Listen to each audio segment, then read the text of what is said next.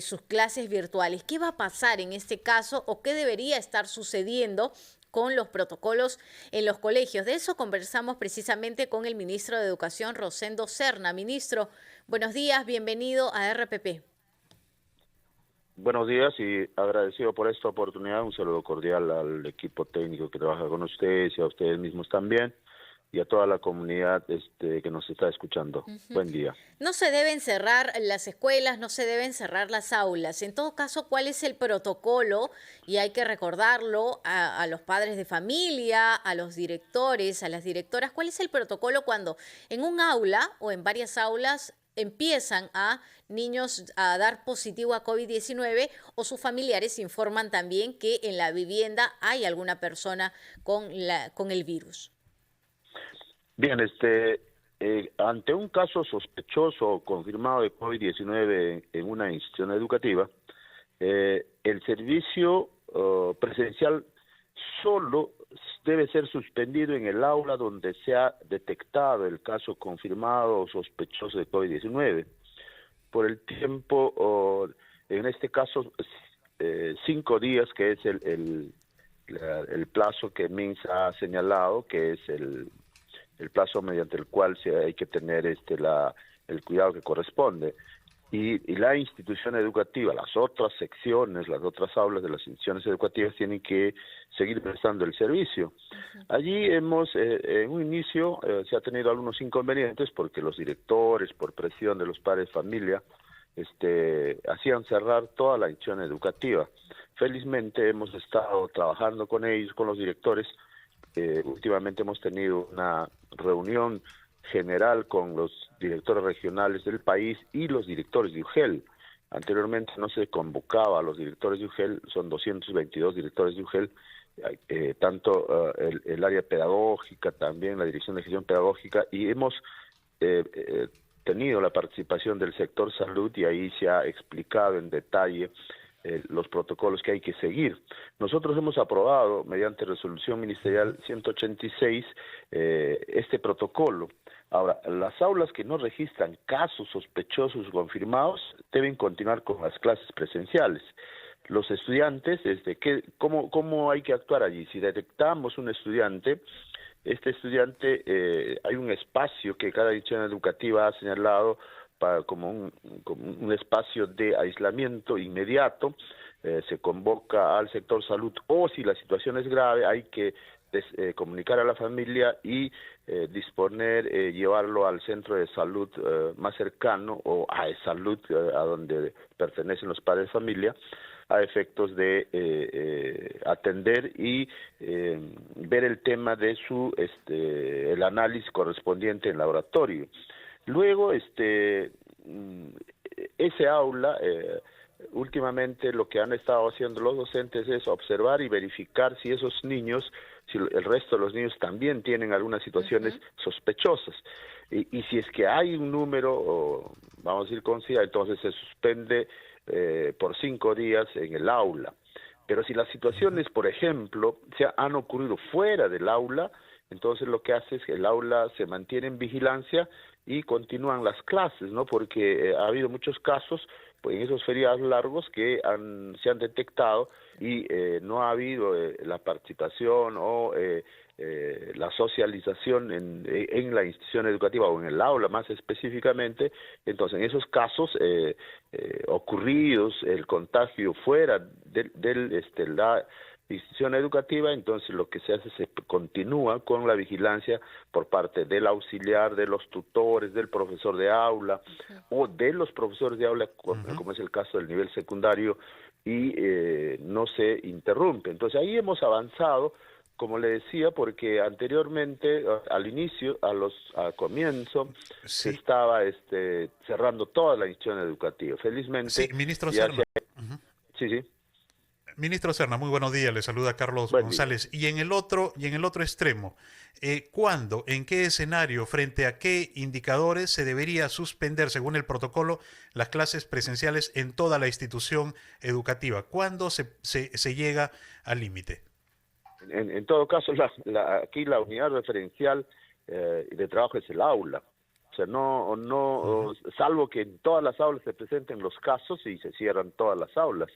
Entonces aquí la unidad que se tiene en cuenta es porque allí es donde trabajan los estudiantes y identificado un caso se cierra. Si son dos aulas, se cierran dos aulas. Si son tres aulas.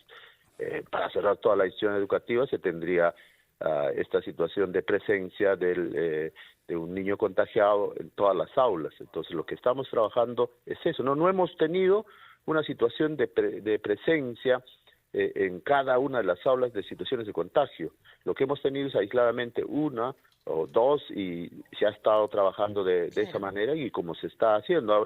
Ahora hay una situación de respuesta más tranquila que en los primeros días respecto a este tema Ministro. de cómo actuar, ¿no? Sí, ministro, le pido nos espere unos instantes, por favor, en la línea telefónica. Queremos seguir conversando con usted y además le dejo planteada la pregunta, porque cuando hemos abierto los micrófonos aquí en RPP y hemos tenido la oportunidad de hablar con directores, con directoras de diversos centros educativos a nivel nacional, ellos han señalado que si se detecta un 30% de niños o de niños cuyas familias se sabe han dado positivo a COVID-19, se estaría cerrando la institución educativa, es decir, se estaría yendo a la modalidad virtual para que tampoco se puedan atrasar. ¿Esto es algo establecido o es una decisión, digamos, que están tomando de manera particular cada director dependiendo el número de contagios que ellos tienen? Le pido nos espere unos instantes, volvemos, que estamos conversando con el ministro de Educación, Rosendo Serna, porque los colegios no deben suspender todas las clases presenciales cuando se detectan uno o algunos casos de COVID-19. Y le preguntaba, ministro, quedaba planteado lo siguiente: si en realidad existe algún tipo de protocolo escrito o alguna especie de manual, porque cuando hemos abierto las líneas aquí en RPP y le contaba, hemos tenido la oportunidad de hablar con directores, con directoras de distintas regiones de nuestro país, ellos dicen o coinciden en una cifra: si tenemos el 30% de niños positivos o de casos sospechosos, cerramos la institución. ¿Esta es una decisión que están tomando de manera particular los directores o es algo, digamos, que en porcentaje se ha establecido? Bueno, en este caso va a depender de la opinión, y eso dice el protocolo, la resolución ministerial. Lo que tiene que hacer es el director, si detecta varios casos, llamar al centro de salud para que la entidad, el sector salud, dé una opinión respecto a este tema, porque si vemos más del 30% de estudiantes, ya es una situación que puede alarmar, pero en todo caso son decisiones dentro del marco de la flexibilidad que hemos señalado, adoptan los directores. Pero no hemos tenido casos de esa naturaleza. Me parece que en tema de Loreto se informó este detalle, pero luego no hemos tenido casos así en generalidad. Lo que sí es importante es que el director de la institución educativa, ante esta situación de detectar una cantidad mayor, es que tiene que necesariamente recurrir a la instancia del sector salud a efectos de que dé una opinión respecto a la situación de seguridad que debe tenerse en la institución educativa. Sí, ministro, ¿se tiene información en qué regiones son las que más han presentado casos de contagio en los colegios? Mire, ahorita no tengo el detalle, pero han sido situaciones aisladas, no han sido permanentes en las regiones. Por ejemplo, el primer caso detectado ha sido en Tacna, en Arequipa, y luego no tengo a la mano la estadística. Nosotros estamos llevando una estadística respecto a los detectados. Tenemos un aplicativo llamado Simon, ahí se va incorporando toda la información, pero no hemos tenido una situación recurrente. Han habido casos esporádicos que se ha presentado y por lo pronto estamos manejando muy bien el tema. Los directores regionales, los directores de UGEL han orientado de mejor manera a efectos de que esto no signifique un cierre de las instituciones educativas. Donde ha cerrado, en algunos casos no ha pasado más de 5 días, incluso otros menores días, y la situación se ha seguido trabajando. Ahí el tema incluso de la cuarta ola, que no en el estrato de estudiantes no ha sido vamos a decir, el grupo que es, ¿cómo se llama?, donde se ha presentado mayores situaciones de contagio, y el tema de la vacunación es un tema muy importante. Nosotros hemos instruido y justamente hemos iniciado algunas acciones fundamentales, principales en estos protocolos. 1, mascarilla. 2, el tema del lavado y limpieza de manos. Claro. 3, la situación de la vacunación.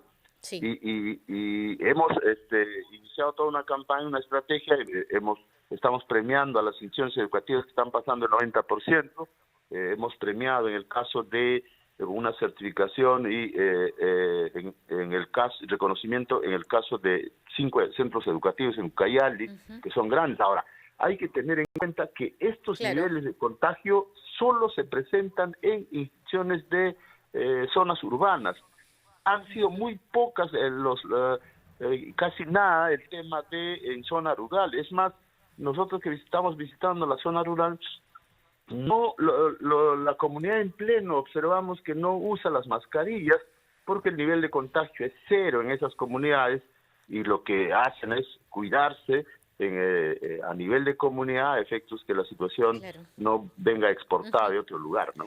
Claro que sí, ministro. Y es importante tener la información clara y que nosotros le podamos llevar y transmitir la información que, como usted, titular de educación, es la que necesitan los padres de familia, es la que necesitan los auxiliares, los maestros, los docentes, los directores, para saber perfectamente cómo actuar y sobre todo que no se pierdan más clases, que ya hemos tenido un periodo bastante largo en la pandemia de la COVID-19 en la cual nuestros niños, niñas y adolescentes se han retrasado. Hay temas importantes que no podemos dejar, ministro, de lado, y le voy a pedir ahora sí su opinión, porque conversábamos rápidamente el viernes y usted decía que ante esta información de liberación de Antauro Humala Tazo no estaba muy informado del tema. Y estamos domingo, ya él salió del penal y lo que ha dicho es que se siente orgulloso de lo que hizo en Andahuaylas. Nos sentimos muy orgullosos de lo que hicimos en Andahuaylas, dijo, y hay que recordar que él fue condenado a 19 años de prisión por la muerte de 4 policías en el denominado Andahuaylazo. ¿Qué opina al respecto? Bueno, pues uno de que respecto a la situación de decretar su libertad, me parece que allí dentro del marco de la normativa que maneja el INPE ha hecho la contabilización del caso y considera de que se han dado las condiciones y se han cumplido los requisitos, y si está dentro del ordenamiento jurídico, esa situación, como lo han señalado algunos también expertos del tema en derecho, parece que la situación, o en todo caso, el decretar su libertad es una situación que está dentro del marco legal. Y el pasar, digamos, el alto o la poca sensibilidad al decir que se siente orgullosos cuando fueron justamente la muerte de 4 policías que lo llevaron a esta condena, y otros más, ¿no? Otros delitos. Mire, respecto a este tema, son encontradas las informaciones que se tiene al respecto, porque la información que se tiene, se estaba adjudicando la responsabilidad a personas externas, y que finalmente en acción directa no se había participado, pero en todo hecho en que se sufren bajas, en todo hecho donde en todo caso hay la pérdida de vidas, pues es un hecho que nosotros como personas lamentamos este tema, que no debiera ocurrir, porque creo que las situaciones de diálogo, de debate, de conversación, sobre todo en el plano político, no se debe llevar a extremos de violencia, ¿no? Y es una situación que esperamos, no solo en este caso, que finalmente nosotros vemos a qué extremos se llega ante una situación de no existir tolerancia, de no existir una situación de compromiso para fortalecer la democracia dentro del marco del debate y la discusión. Y pues son situaciones que se presentan y que el Poder Judicial las ha evaluado y finalmente las ha sancionado también, ¿no? Una última consulta, ministro, de mi parte. Hoy se decide la prisión preventiva solicitada por el Ministerio Público contra la cuñada del presidente Pedro Castillo. ¿Qué opinión le merece esta situación que atraviesa Jennifer Paredes? Bueno, lo que yo puedo opinar allí es lo siguiente, que dentro de todos los temas, no solamente en este caso, sino en otros temas también, tiene que haber aspectos que se deben tomar en cuenta. Uno, la situación del derecho a la defensa, el correcto procedimiento, la situación de la presunción de inocencia, y hay que entender que la prisión preventiva son situaciones extremas que se deben dar y que en el país que ha ocurrido una serie de cosas y que la respuesta del sistema judicial tiene que ser una respuesta igualitaria a todos, es decir, unos no pueden tener privilegio y otros tener una situación de persecución. Y dentro de ese marco yo estimo que el Poder Judicial, dentro de una situación racional, justa y de correcta interpretación del Estado de Derecho, pues tenga que definir. Y yo considero de que es el sistema de justicia que tiene que actuar correctamente y que tiene que hacer el análisis de los indicios, de las situaciones también que ponen en peligro una situación de investigación, pero que tiene que hacerlo allí, desde un punto de vista justo. Y espero de que se tome esa decisión en esa medida, porque la comunidad pues está observando, está viendo cómo para un caso se actúa de una manera y cómo para otro se actúa de otra manera, y eso no debe ocurrir. ¿Y hay tranquilidad en el Ejecutivo? Se lo pregunto porque usted es ministro de Educación, además muy cercano por su calidad de profesor también al presidente de la República.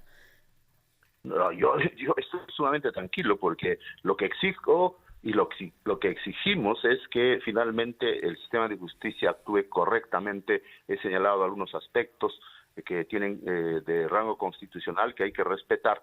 Y si actuamos todo, y hay que dejar que la justicia haga su papel. ¿Y es el mismo ambiente en el Ejecutivo en general? Sí, conversamos nosotros con toda seriedad y tranquilidad estos temas, y que, bueno, pues siempre se ha manifestado y hemos entendido de que hay la necesidad de respetar los derechos individuales de las personas, y el sistema de justicia actúe nunca hemos estado en contra de la actuación del sistema de justicia, ¿no?